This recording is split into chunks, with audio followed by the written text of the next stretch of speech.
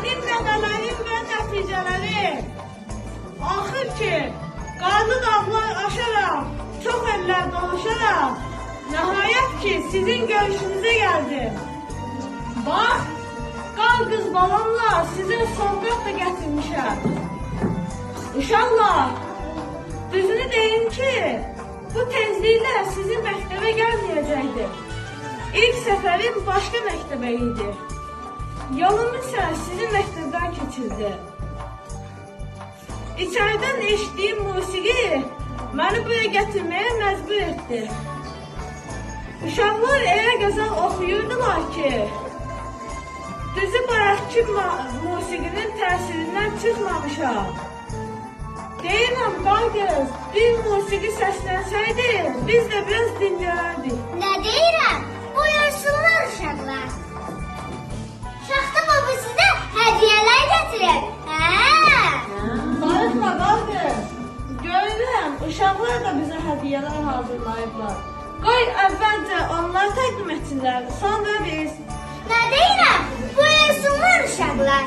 Şaxtababa, bizim məktəbimizin istedadlı şagirdləri çoxdur. Gəlin onları səhnəyə dəvət edək. Buyursunlar. İşıqların rəngləri. Çox gözəl bir ölkəmiz, şəhərimizlə geçirir. Köhnə il başı çıxır, yeni bir il başlayır. Hər kəs yeni bir ümidlə qarşılayır. Bu köhnə ildə qalsın, xəstəliklər, pis illər. İnşallah yeni ildə hamının üzü ilə. Sığ içində yaşasın xalqımız ölkəmizdə. Dünya durduqca dursun, var olsun ölkəmizdə. Biz qalib ölkənin vətəndaşıyıq. Müjdə və uzaq, müjdə və aya, nə bir xəyaldır, nə rüya. Eşitsin kainat, eşitsin dünya. Biz qalib ölkənin vətəndaşıyıq. Düşmən diqqəsindən alışıb yansın, bu üç rəngli bayraq hey dalğalansın. Millətin özünü qoy xoşbəxtlansın. Biz qalib ölkənin vətəndaşıyıq. Sevincdən titrəyir həm yerim göyüm, yarım ürəyimi sizə göndərim. Siz Ali Baş Komanda, siz əskərim, biz qalib ölkənin vətəndaşıyıq. Yaşayan Azərbaycanlılar, dost qardaş ölkədə də qeyd olunan tarixi qələbə sevincini bizə bəxş edən isə hər şeydən əvvəl vətən naminə bir yumruğa dönməyimiz, onlarla mülki şəxsin yüzlərlə şəhidin ölümü bahasına olsa da bir an belə dayanmayacağımız, sınmayan qürurumuz, ölməyən vətən sevgimiz, yenilməz ordumuz və bütün bunların meyarı olan Ali Baş Komandamız oldu.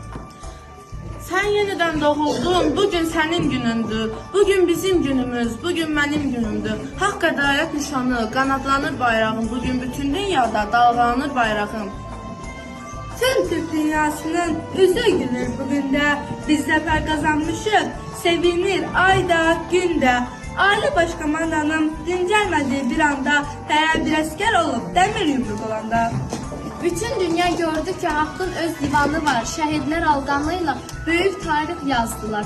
Sinəsi boy yurdundan sipər edən oğullar, başınıza dolanım qazilər uca dağlar. Salama qardaş, həmrəlik bayramın mübarək olsun.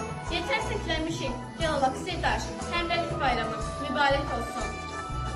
Hamının ürəyində arzu dolu bir ürək çırpınır, yeni il arzuları. Qoy qarşıdan gələn 2026-cı il hamıya xoşbəxtlik və sevinç getirsin. Qoy hamının arzuları yerinə yetsin, yeni iliniz mübarək.